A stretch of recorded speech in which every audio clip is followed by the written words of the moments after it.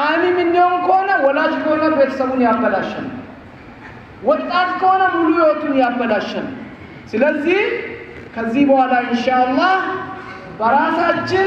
ለመወሰን እንዘጋጅ ኢንሻአላህ ስለዚህ ቀጣዩ ህይወታችን በዚህ ሁኔታ ከሄድን ሌላው ደግሞ ማረሰው ነገር ቢኖር ንቃት ብዙ ዝግጅት ሲያረግ እነሱ የበኩላቸውን ድርሻ ተወጥቷል በዚህ ዙሪያ ላይ የበኩሉን ዋጋ የከፈለ ሁሉ አላህ ጀዛውን አጅሩን ይክፈልለት ስለዚህ ለቀጣዩ ህይወታችን ግን ሁሌ ሰሚ ብቻ መሆን ሳይሆን አንድ በን ምን ይረዳ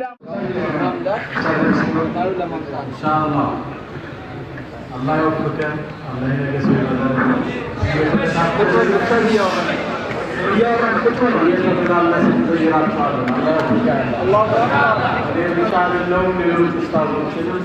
ሎቢያችን እናመጣለን አላህ ይወፍቀን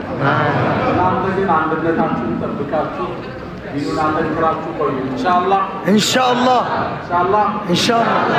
መሪዎቻችሁን አክብራችሁ ዑለማዎቻችሁን አክብራችሁ እንገናኛለን ኢንሻአላህ